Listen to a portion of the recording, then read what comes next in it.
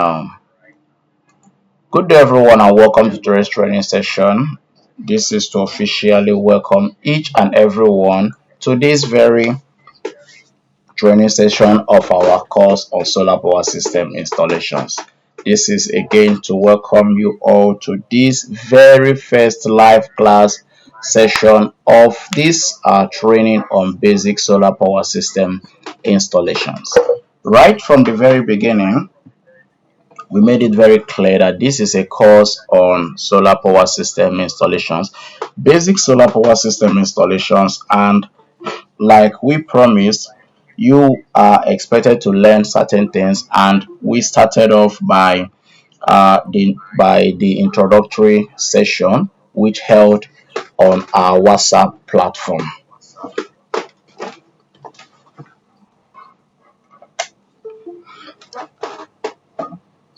which has held on our WhatsApp platform, and we made sure that each and everyone who joined that training session enjoyed it and got the best of information from it. I hope you all can hear me clearly, please. Yes, we can hear you. Can hear you. All right. So, uh, going over the training that we have had before, we started off by telling each and every one of you the uh, what we call a solar energy. It is the energy gotten from the sun when one of the solar system components absorbs the rays of the sun and converts it to electricity for us to use in our facilities. And then we moved on to tell you that there are two various types of solar power system. We have the one we call the on-grid. We have the other one we call the off-grid solar power system. When we talk about the on-grid solar system, it simply means or tells you that you are going to be having to be connected to more than one power supply source at a time, which means you can be running on your solar, you can be running on the grid, which we call NEPA here in Nigeria. You can also be running on your generator if that is available at that point in time. And then the good thing about running an on-grid type of system is that you are going to be having electricity all day, all time in your facility.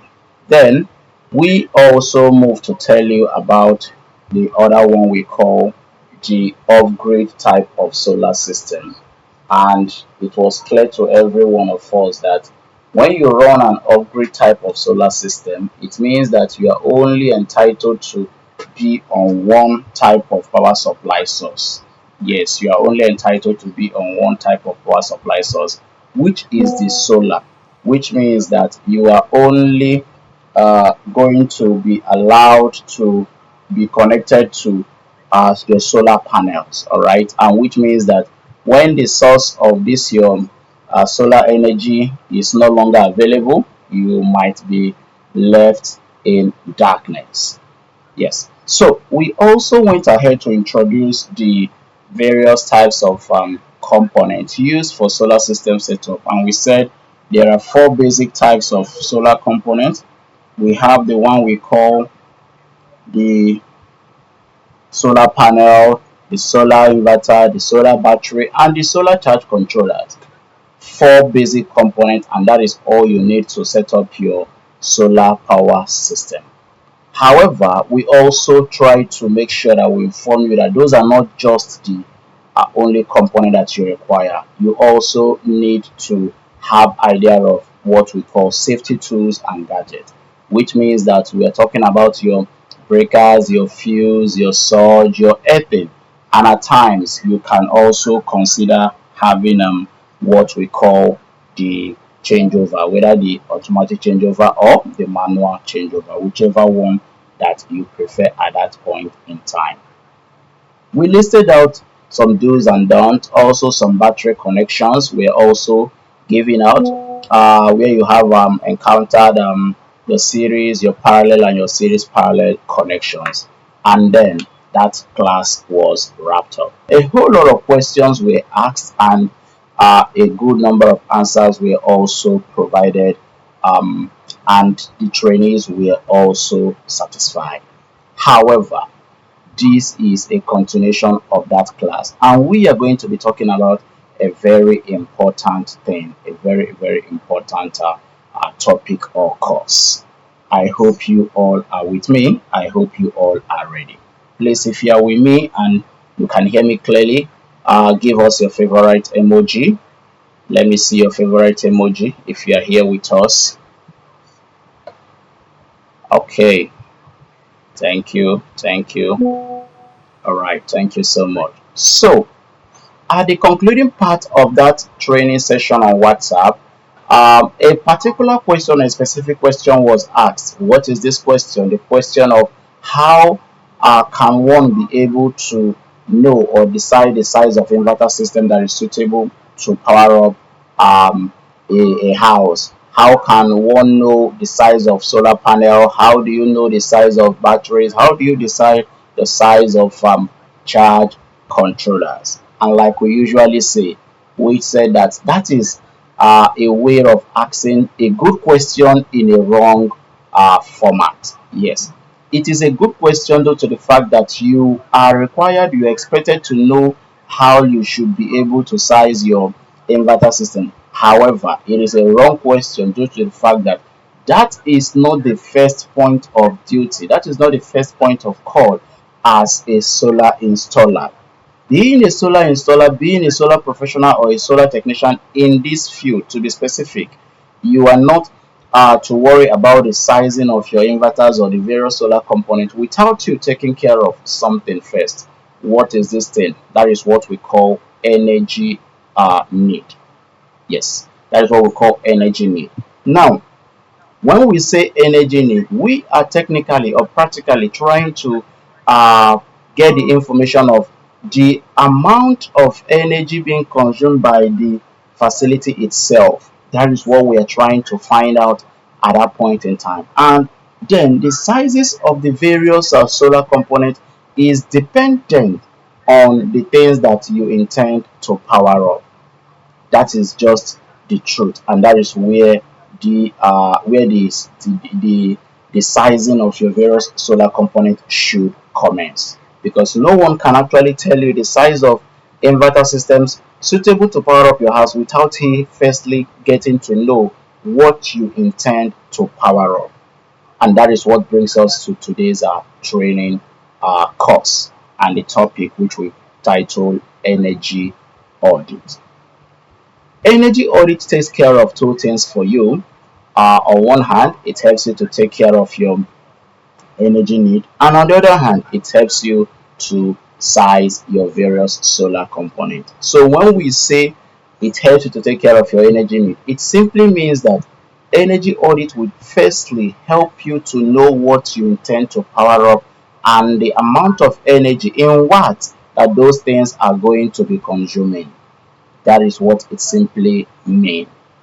And then when you have gotten the information of what you intend to power up in terms of the energy need of that facility, then you then use it to size your various solar components. Take for instance, if a house is said to be consuming 1000 watt, it is at that point in time that you are expected to use 1000 watts to then say, okay, what size of inverter system can power up 1000 watts?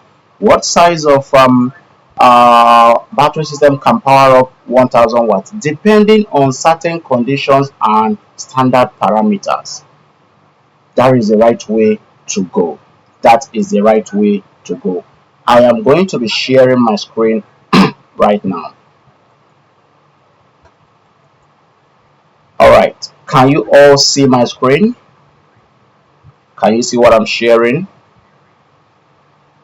Okay, Mr. Edwin, if you are in a good place, what can you see on the screen?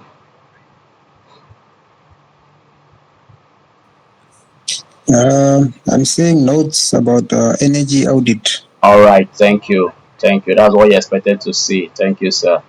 All right. So, before we proceed, it is worthy to also let each and every one of us on this platform tonight that we understand the challenges we have all over Africa, because we are all African brothers and sisters who are on this platform tonight.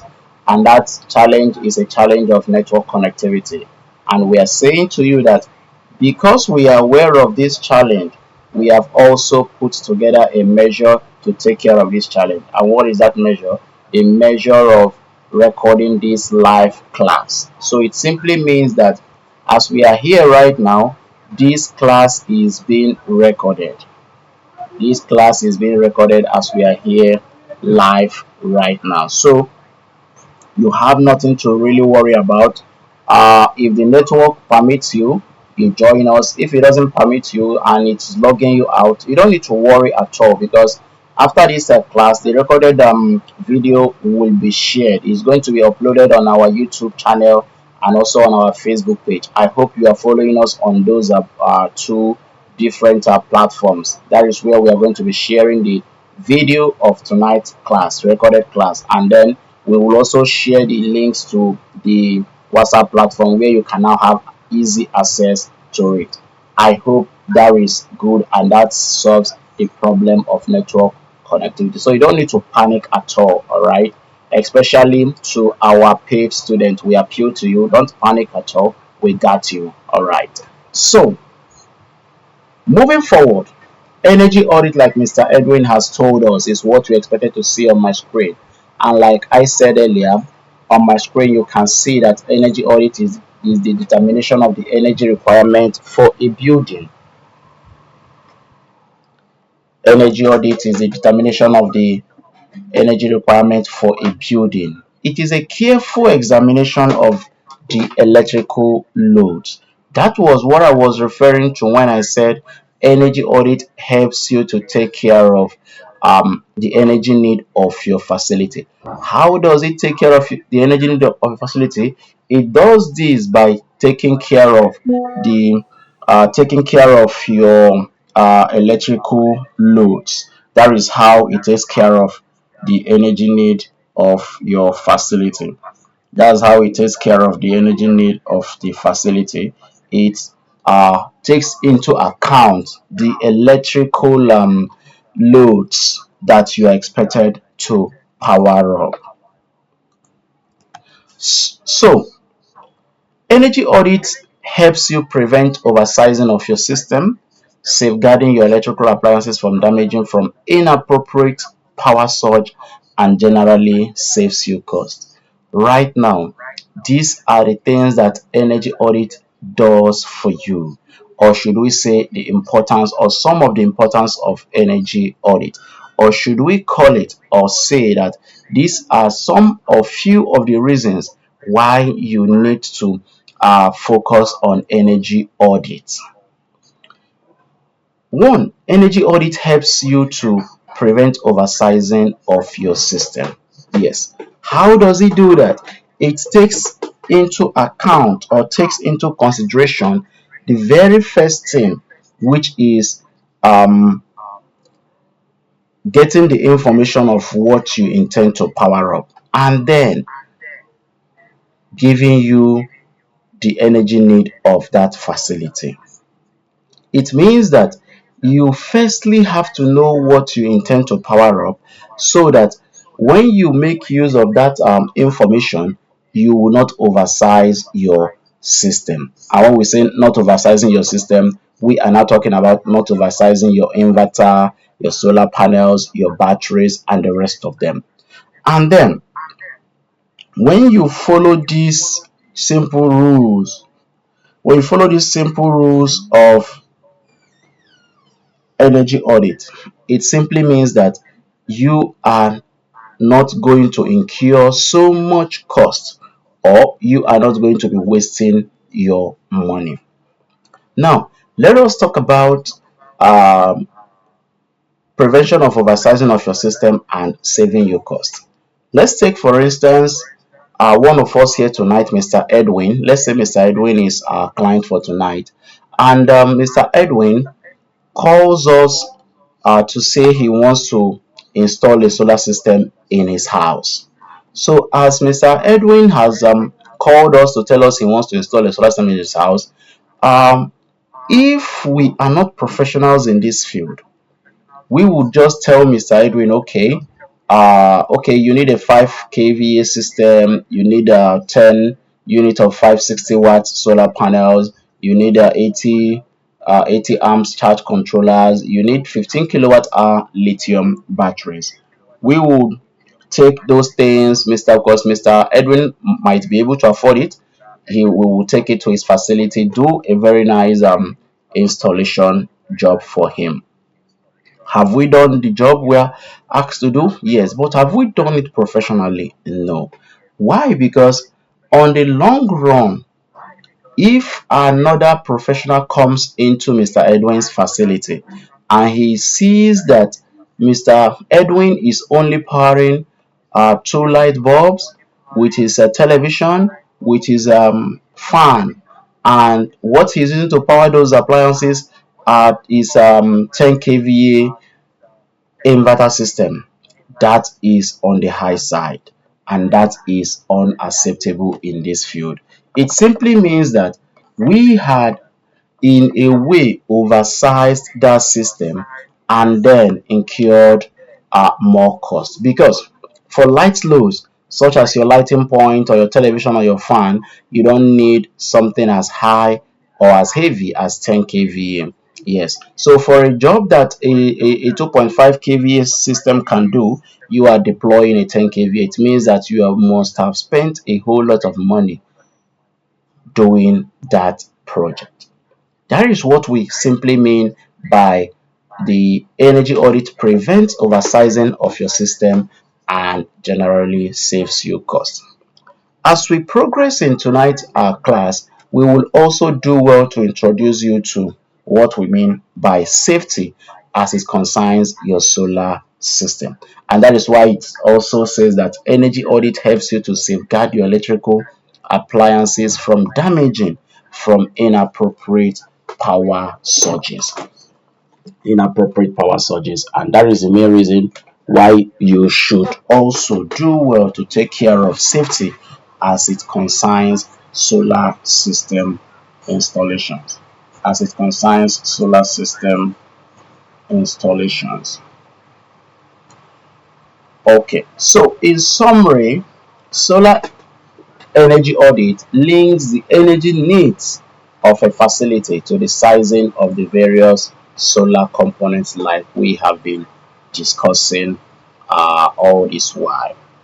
Things to consider during solar energy audit. This is to inform us that you do not just because you have had energy audit, you do not just jump into energy audit. No, there are processes, there are procedures, there are things to consider before you can actually carry out energy audit, or before you can um, before you can do what we call system sizing. One, the list of electrical appliances to be powered has to be known. Two, the power rating of the electrical appliances in watt are also required of you. Three, the daily running hours of the appliances are also made known to you. And four, the total energy consumption of that building is also required. So these four items or four parameters are things that you actually need, or things that will help you to carry out a very or things that will help you carry out a proper energy audit on any facility. As at this moment, you may not need to worry so much about these parameters we just listed out, because on the long run, while we are still in tonight's class, we would expose you to all of these things and how you can be able to apply them practically. Importance of solar energy audits. It helps you to provide the data needed for appropriate system designs. It helps identify opportunities to reduce energy use. It helps to reduce capital costs. It will help to ascertain the backup time of the solar storage. Now, finally, we have arrived at that safety we talked about. So, when we say safety as it concerns solar system, Safety simply means keeping the entire solar system safe. Please note that it is not just the entire solar system that you're expected to keep safe. You are also expected to keep the appliances that are to be powered up safe. You are also expected to keep the end users, the humans, the operators of these machines. You are expected to keep them safe. Now, how do you keep them safe? You are expected to use what we call safety tools and gadgets. When we talk about your solar power system, oftentimes some persons have gone as far as telling their clients, once it is raining, turn off your inverter system. Is that correct? Is that a good information? For what reason or reasons would your client be turning off his inverter system or his solar system? What if he needs power at that point in time and because it is raining, he should turn it off? Some persons will say thunder strike will thunderstorm will destroy your inverter system. Is that also correct?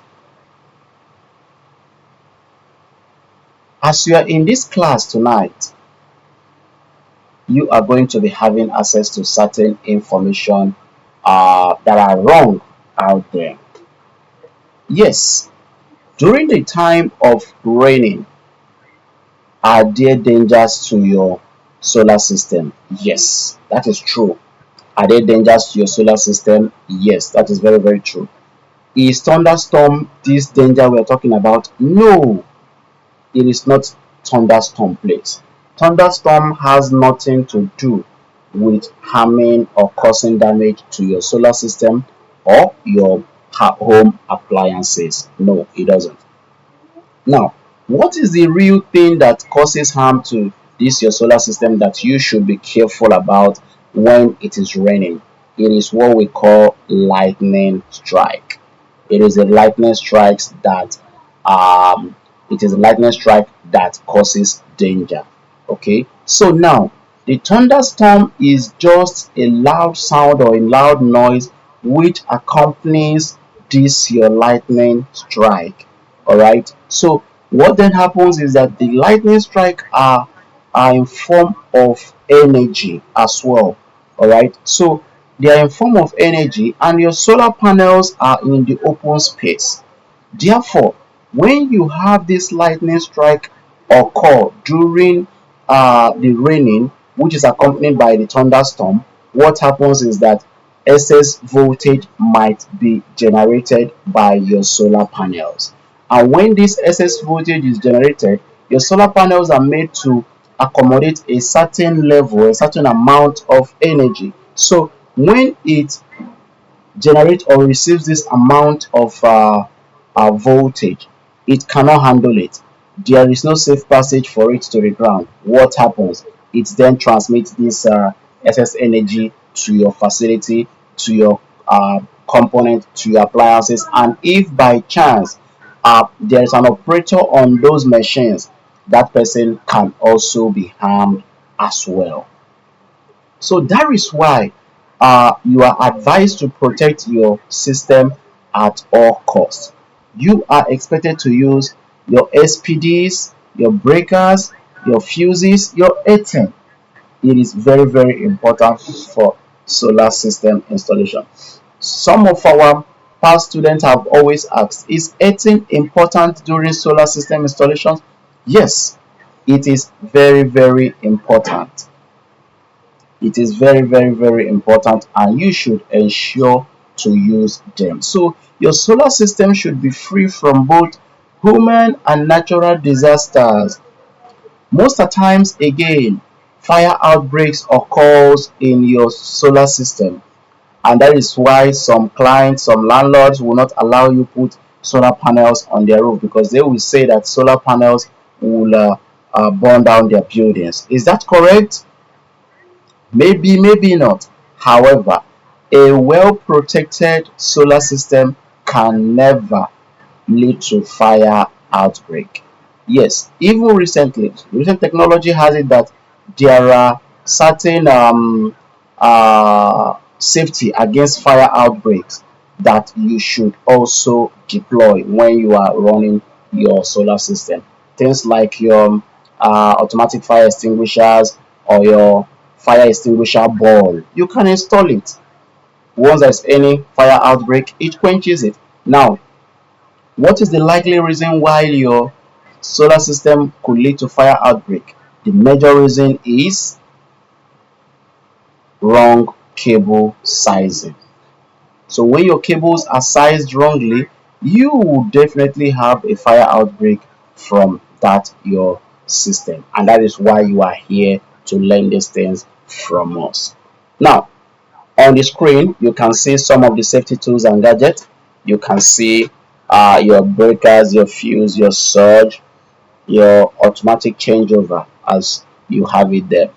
The fuse and the breakers protect against the same parameter, but do you know where to deploy each and how to deploy them appropriately? Those are critical questions you should be able to answer. And for those who will always say the practical session, how do they get the practical knowledge? And we keep telling them that the practicals is important, but not are more important than this theory you are also going through, because this theory you would also be having the complete practical knowledge as well.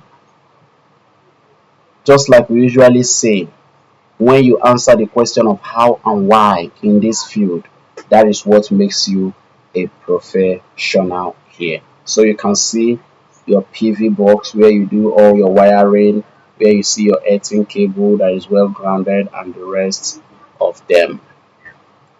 All right, so that is the first phase of the training for today, and we hope you all are with us. And we are also happy to inform you that we are just starting. We still have a whole lot to dish out in tonight's class. So before we proceed, we also want to also encourage each and every one of you to put down your questions, because on this very platform there will be time for questions and answers, and when that time comes, please do us a favor by telling us your name and your location. All right, tell us your name and your location, and then you can ask your question. But please, before you unmute yourself, ensure that you are in a quiet background so as not to disrupt the activities of the class. Please ensure that you are in a very quiet background so that you don't disrupt the activities of the class, please. All right, if you're in a noisy area, you can use the chat box here. There's a chat box down here. Use it to send in your messages as text, and then we shall read it aloud and attend to the questions accordingly. I hope I'm communicating. I hope everyone is still with me. Give us your favorite emoji if you are still here with us, please.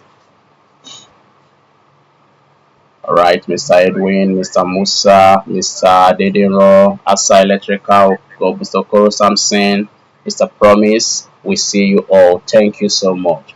Mr. Ma, Mr. Kim, you all are welcome. All right, let us proceed right now quickly. Electrical load analysis. Electrical load analysis. What is electrical load analysis? What does it do for us? Why are we looking at electrical load analysis? Electrical load analysis is a tool, it's a calculation or series of calculation or processes of evaluating the energy needs of a facility. You remember the time we talked about energy audit, and we said that energy audit helps you to know the energy need of a facility. Or we also said that energy audit helps you to know the uh, electrical loads, okay, that is to be fed to the system, which will tell you the energy need of the facility in what. We didn't tell you how you are expected to do that.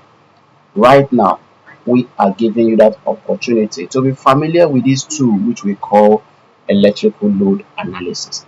So, load analysis is a calculation or series of calculations which will help you to really know, to evaluate the energy needs of a facility. So before you can now say your facility is consuming 3,000 watt or 4,000 watt or 10,000 watt or 15,000 watt, you are expected to firstly run it through the process of electrical load analysis. So in summary, electrical load analysis shows the exact energy consumption in wattage of a specific facility. That is what it means, of a specific facility. Yes, this tells you that at this point, you don't just jump into electrical load analysis. No, at this point in time, it is worthy for us to introduce it to what we call questions to be asked during um, electrical load analysis stage or before you carry out electrical load analysis. Now, there are three questions you are expected to ask. Two questions are principal questions, and one of them is the one we call the bonus question.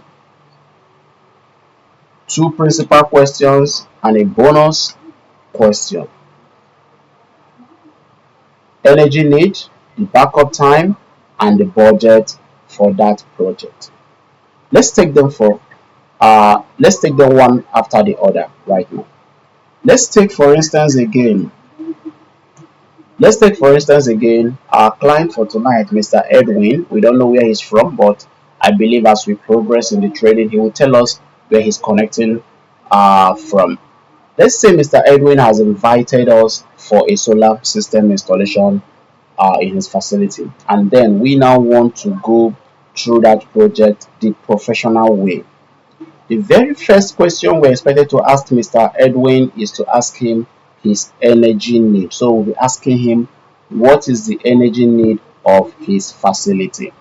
And if Mr. Edwin is a new person to solar, he can now say he doesn't know what we're talking about, and then we can be more clear to that effect by telling him, okay, give us a list of the various appliances he intends to power up using the solar system. At that point in time, Mr. Edwin can now say, okay, he wants to power up his freezer, he wants to power up his bulb, he wants to power up his what do you call it now? His laptop, his air conditioner, whatsoever that is in his house he wants to power up.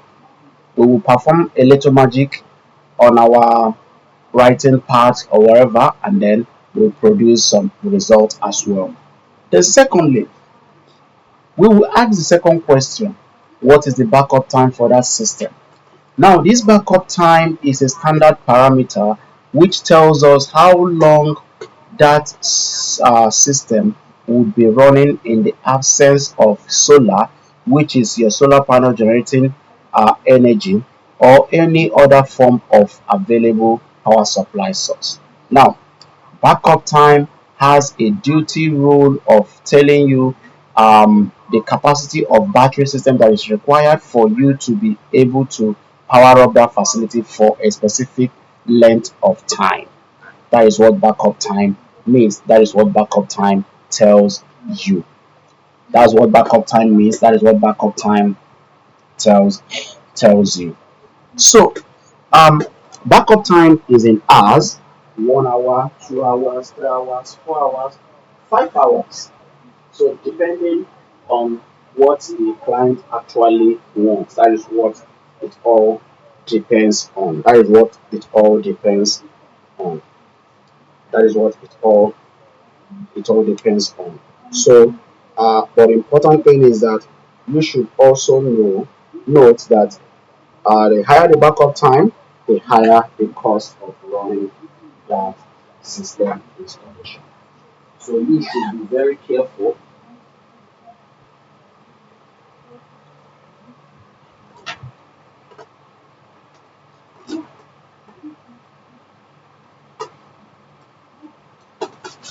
So you should also do well to advise your client such that he should be careful if he wants his system to run for a very length of time. He should also know the cost implication. So our client, Mr. Edwin, can now say he wants his system to run for 5 hours. We will also take note of that, and then we can proceed. Now, having done all of the designs and magic we expected to do, we can now ask that bonus question. Remember, two principal questions and one bonus question. The energy need of the facility is a principal question, and then also the backup time of that facility is also another standard question. Now, the bonus question is to ask about the budget. Asking about the budget is for us to know how ready the client is for that project. Asking about the budget is to know if the client can be able to afford that system he wants to install. Um, Asking about the budget also informs you of the kind of system that your client requires at that particular point in time. So please, it is a very good question to ask. Some of us in this field shy away from it, and it is not good. And it is not good at all. It is not good at all. So we should always ask the client the budget for that project if need be. Please, not in all cases, okay, but if need be, you can now ask for the budget available. All right, so three questions to ask: the energy need, the backup time, and the budget. I hope you all are following accordingly. I hope you all are following accordingly.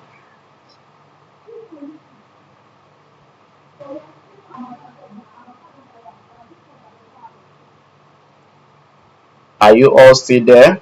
Can anyone still hear me?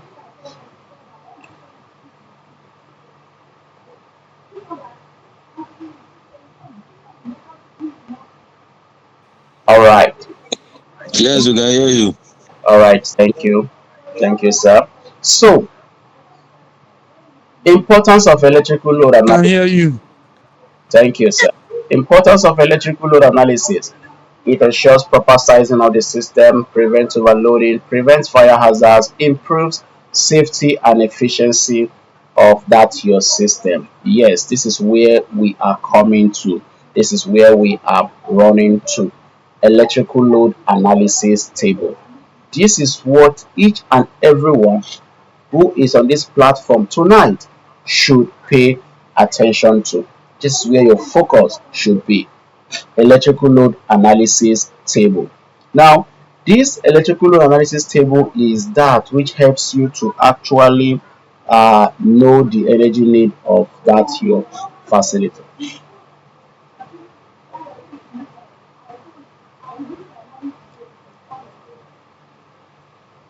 Electrical load analysis table is that which you actually need in order for you to run a load analysis on your facility. So, um, as you can see on this table, it is incomplete, which means that there are things we need to get first before we can carry out electrical load analysis. Let us go and have idea of them. So, there are standard parameters which are expected of us before we can run electrical load analysis. One, the quantity of appliance. Two, the power consumed by an appliance. Three, the running time of an appliance. Let us take them one after the other. The quantity of an appliance technically tells you the number of appliances, or number of the same appliance that the client intends to power up using the solar system. That is what it means. The number of the same appliance the client intends to power up using the solar system. Now, let's say again, our client for tonight, Mr. Edwin, lives in a three-bedroom apartment, and he has a TV in each of those rooms, and he wants to power two TVs out of those three TVs. On our table of load analysis, we are going to be putting up two TV instead of three, because it is two that's expected of us to power up using the solar system. The power consumed by an appliance This simply tells you the rated wattages of each and every appliance. The power consumed by an appliance tells you the rated wattages of each and every appliance. It simply means that um, for you to know the power consumed by an appliance, you need to take a good look at the rated wattages. All right. And how do you get to know this rated wattage of each and every appliance? It is gotten from the nameplate of that appliance. The nameplate is that a position or portion on the packaging, which is the carton, or the body of that your appliance, which tells you everything about that appliance. So it tells you about the name of the appliance, the maker of the appliance, the IMEI number, the serial number, the country of make, the voltage, the current, the wattage, everything that needs to be known by that appliance. The frequency will also be made known to you. On my screen, you can see a typical example of a nameplate of an LG TV nameplate. So the first task for us tonight is to uh, be able to identify the power consumed by this appliance. So who in this class can give us that answer? What is the power consumed by this LG TV? Can anyone see it? 195 watts. Thank you, Mr. Okoro Samson. Yeah, that's very correct. 195 watts. That is the energy being consumed by this LG TV. It is very correct. Thank you so much. So if you're unable to see it clearly, you need to zoom in your screen using your fingers. If you're on mobile, if you're using your phone, you can zoom in your screen so you can see it clearly, please. Thank you. So finally, the running time of the appliance tells you the gives you the information of how long an appliance is to be powered. So the running time only takes effect when the appliance is turned on. That is when the running time takes effect. When the appliance is turned on. It is also in hours. 1 hour, 2 hours, 3 hours, 4 hours, 5 hours, 6 hours, and so forth and so on. Like we said earlier, the higher the running time as well, the higher the cost of installation. So you need to guide your client properly. Now we are back to our table. It is now complete. You can now see the quantity of appliances there. The power consumed is also there, and the running time is there as well. So now what we are left with is to now run a load analysis on this table. Is to now run a load analysis on this table. How can we run a load analysis on this table? Before we do that, let us take the data of the of the table. So our client Mr. Edwin has told us he wants to power 5 appliances: the DVD player, the air conditioner, the ceiling fan, the refrigerator, and the blender. For the DVD player, the quantity is 6. The power consumed is 50 watts. The running time is 1 hour. You can write please if you want to. The air conditioner is the quantity is 2. The power consumed is 1.5 horsepower. The running time is 2 hours. For the ceiling fan, the quantity is 5. The power consumed is 60 watts. The running time is 7 hours. For the refrigerator, the quantity is 3. The power consumed is 100 watts. The running time is 5 hours. For the blender, the quantity is 1. The power consumed is 1500 watts. The running time is 1 hour. Now, how do we run a load analysis on these 5 appliances? So we use a formula. That formula states that energy consumed is equal to quantity of appliance multiplied by the power consumed multiplied by the running time. Quantity of appliance multiplied by the power consumed multiplied by the running time. So you use that formula and then you can get your energy need. So how do you apply the formula? You apply the formula in such a way that you get the energy consumed by each and every appliance. You get the energy consumed by each and every appliance, which means that you get the energy consumed by the DVD player, get the energy consumed by the uh, air conditioner, get the energy consumed by the ceiling fan, get the energy consumed by the refrigerator, get the energy consumed by the blender, and then you sum it up. That is to say, you add everything up all together to give you the total energy consumption. You add everything up to give you the total energy consumption. For those of you who will be coming from physical training, even after you conclude this online, we are going to give you a more elaborate trainings or explanation to all of these things. All right, yes. So we'll also help you have more in-depth knowledge to all of these things. So that is the way you are expected to run the uh, or to get the energy need of this facility. So let's start. Are we still together, please?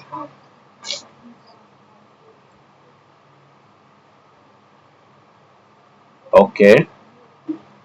All right, Mr. Edwin. Okay, Mr. Samson, I see you. All right, thank you so much. So, for the DVD player, 6 multiplied by 50 by 1 gives you 300 watt hour. For the air conditioner, 2 multiplied by 1.5 times 2 gives you 4,476 watt hour. Ceiling fan, 5 multiplied by 60 times 7 gives you 2,100 watt hour. For the blender, 1 multiplied by 1,500 by 1 gives you 1,500 watt hour. And altogether, we have energy consumption of 9,876 watt hour. 9,876 watt hour. So now you can see that the table is finally complete. Finally is complete. So we have a total energy consumption which simply translates to the energy need of the facility to be 9,876 watt hour. All right. Questions, please. Questions for the night, please. So from the table, we had Hold on. the air Hold on. conditioner to Hold be. on. Hold on. You need to follow the rules, please. We said you tell us your Oh, name I'm and sorry. region. Oh, I'm sorry. My name is Okoro Samson. I'm calling from Nigeria, Abia State precisely. All right. Sir, I'm here to be clarified with that of how you converted the horsepower to once for the air conditioner. Okay. So your question is on how we were able to convert the value of the air conditioner to watt, right? Well, yes, yes. Okay, because the air conditioner is rated in horsepower. So what we did was that 1 horsepower is giving us 746 watts.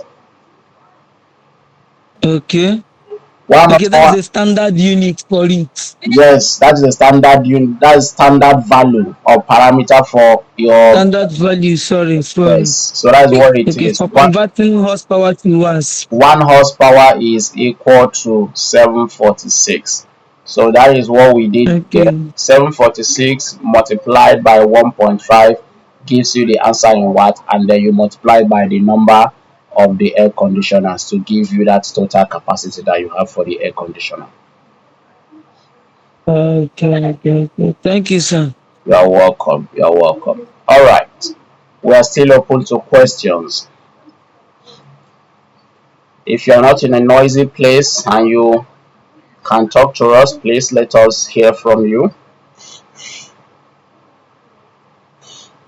Our client, Mr. Edwin, are you still here? Yes, I'm here, sir. I'm here. Actually, I don't have a question right now, but I'm reporting from Namibia. Okay. All right. Namibia, right. All right, Mr. Promise, you have a question for us? Good evening, sir. Evening, sir. I am promised. I am promised from Nigeria, precisely in Imo State. Okay. Yeah. Uh, I just want to commend you for your invitation tonight, though not a question really, because network was disturbing me. And I may plead if this thing can be done on WhatsApp, so that even when we miss a track due to network, we can be able to follow all the whole lessons. Because network here is really bothering me a lot. Thank you, sir. Okay, thank you, Mr. Promise, our good friend from Imo State here in Nigeria. Thank you. All right. So, firstly, the the class cannot be held on WhatsApp. Okay? Class can be held on WhatsApp, and why? Because WhatsApp group calls only allows for a specific number of persons to join. Okay, and we cannot host this kind of classes on of their text. Okay, because the difference between this live class and the the one you had before on WhatsApp is that this is meant to be more interactive. Okay, the trainer or the lecturer gets to express himself the best way, other than just dropping messages and you just read to understand. Please don't unmute yourself again, Mr. Promise. There's a lot of noise from your side. Thank you. So that is why we have this live class, so that we can actually get to meet you. You also get to meet the trainer, and everyone will work at the same speed. Yes, we understand that there is network connectivity issues all over Africa, like we said before. Not in Imo State. At times here in Lagos or in Ogun State here, we usually have that kind of challenges. But then we have a solution to it, like we said earlier. This class right now is recorded. Mr. Promise, I don't know if you can hear me. This class is being recorded as we are live right now, and it is going to be shared for free. This particular one now is going to be shared for free. It's going to be shared on our YouTube channel and our Facebook page. So I will also share the link to the WhatsApp platform, so that those who are not here right now, or those who are here but are having network challenges, you cannot hear me clearly, or you are logged out and logged in, just going up and down, you can now be able to sit down at your own convenience time and then watch the complete video and also ask questions. Okay, but just know that the only disadvantage is that you can only get answers to your questions. If not now, only a paid student will get answers to their questions for this session after now. That is the only disadvantage. So we will also encourage you to pay your enrollment fee, so that when you watch this video, when it's uploaded on our channel, you can now ask questions and we will also give you answers anytime, any day. That is how it is done. And even our other live classes, they are all going to be recorded and will be shared with the students as well. I hope that solves the problem, Mr. Promise. Thank you so much for that. Okay, do you have something else to say? Go ahead. No, no, no, no, no, no, no, no. All right, thank you, sir. Thank you so much. All right, so we are still Yeah, open to. sure. Yes, go ahead, please. We are still open to take some more questions.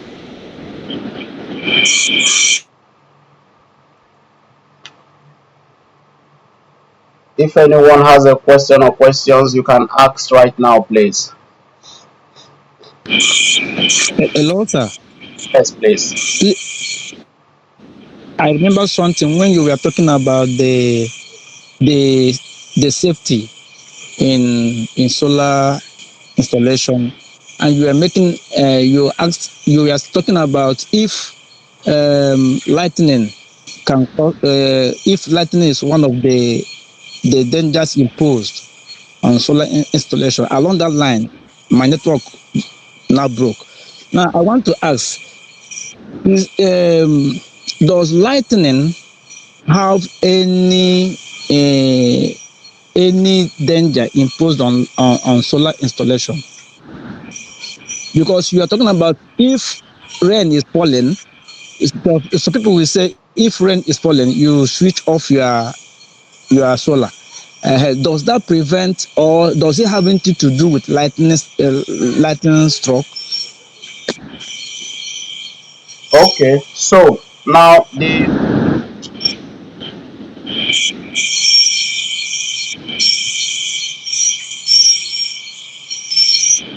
Mr. Promise, kindly mute yourself. Yeah, thank you. There's a lot of noise from your background. This is a network. All right, so we discussed that already, and I believe everyone got that information. But for your sake, we'll go over it again. So what we said was that it is lightning that is the threatening danger to your solar system, and not the misconception of thunderstorm. Thunderstorm or thunderstrike is just a sound which accompanies the lightning strike. So it is the lightning strike that is the danger which you should look out for, or which you should be careful with, or which you should actually protect your system against.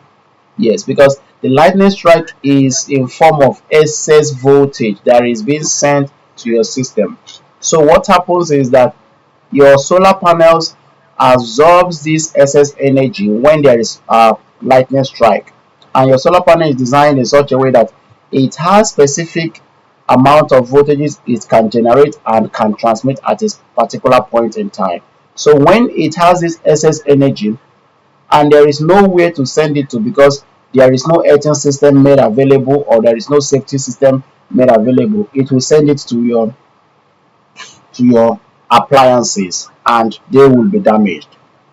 So that was the response we gave to that. So that was the response we gave to that question we asked about the lightning. I hope it's clear now, Mr. Promise.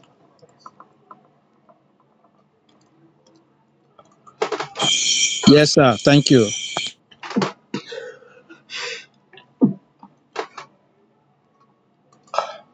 All right. I think we can take one or two more questions before we move ahead right now.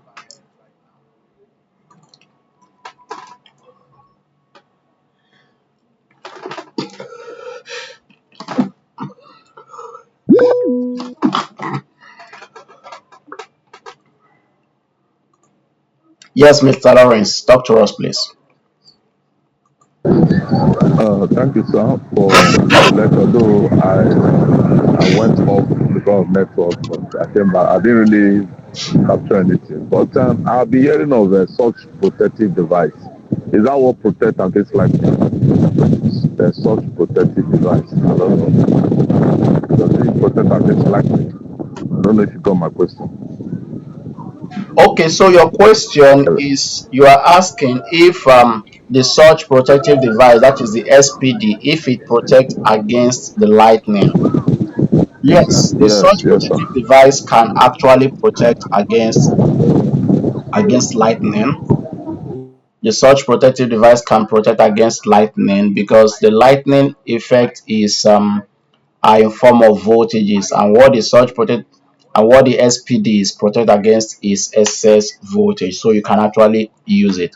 However, for good protection against lightning, you need your lightning arresters to be installed on that facility, and then that system to be fully earthed. That's what you're expected to do.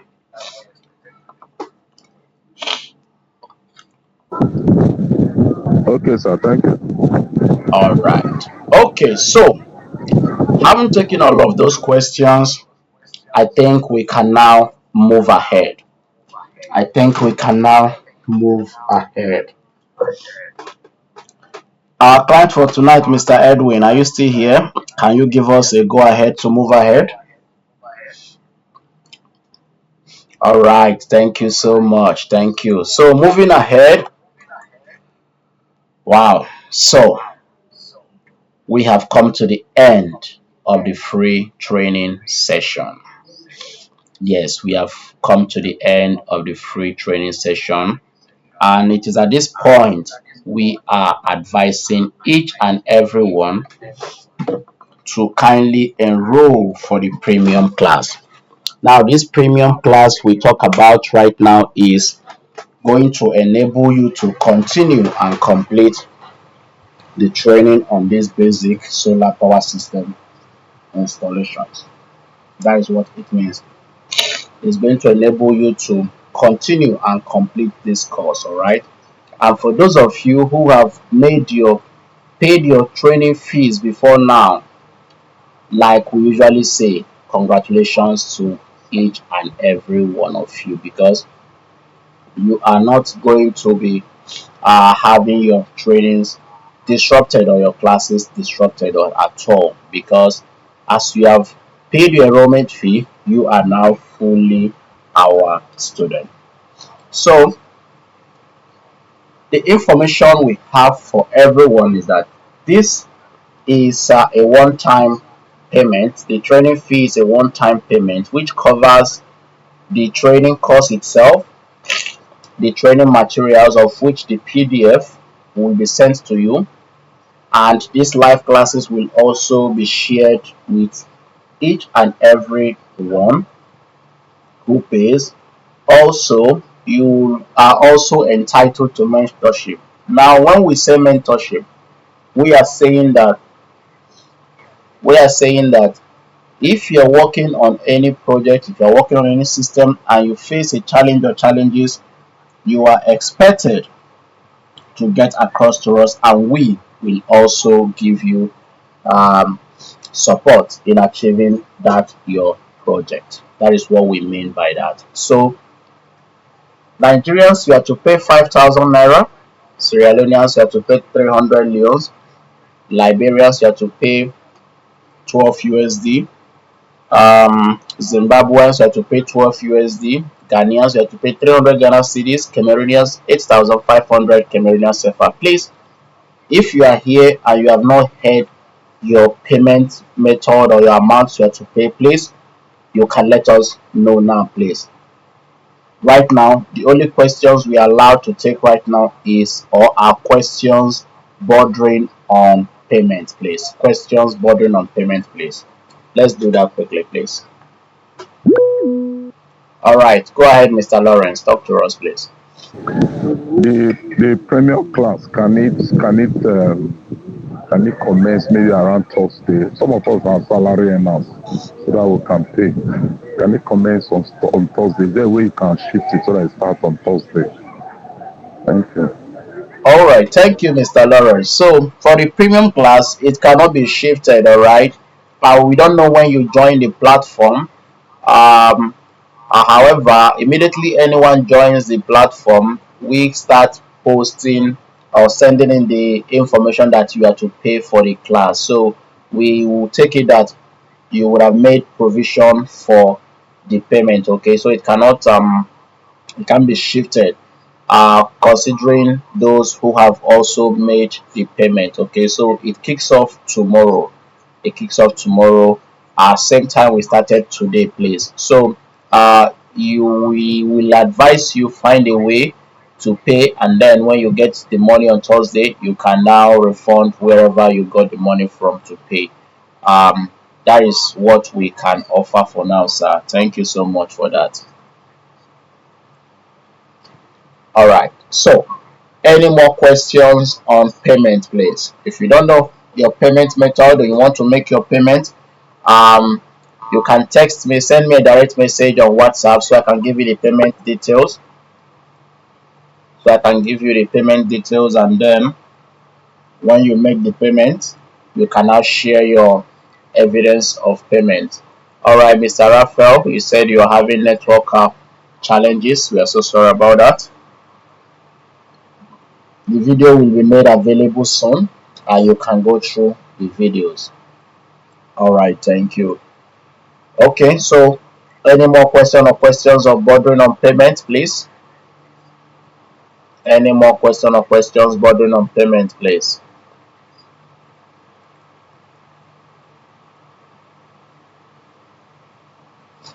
All right. With the silence, we believe that everyone is satisfied and we have done justice to the class. This is where the training comes to an end. This is where the training comes to an end, and we want to see as many persons as possible join this training batch. All right, join this training batch. We have a whole lot of information to share with you. We have a whole lot you are going to learn from us. For payment confirmation, please, you are expected to send a screenshot of your payment details to send it to the platform for confirmation, and when it is confirmed, we are going to be adding you to another platform which we call the premium class platform. That is where the link will be shared for the next class. Have a wonderful night rest, everyone. Bye bye.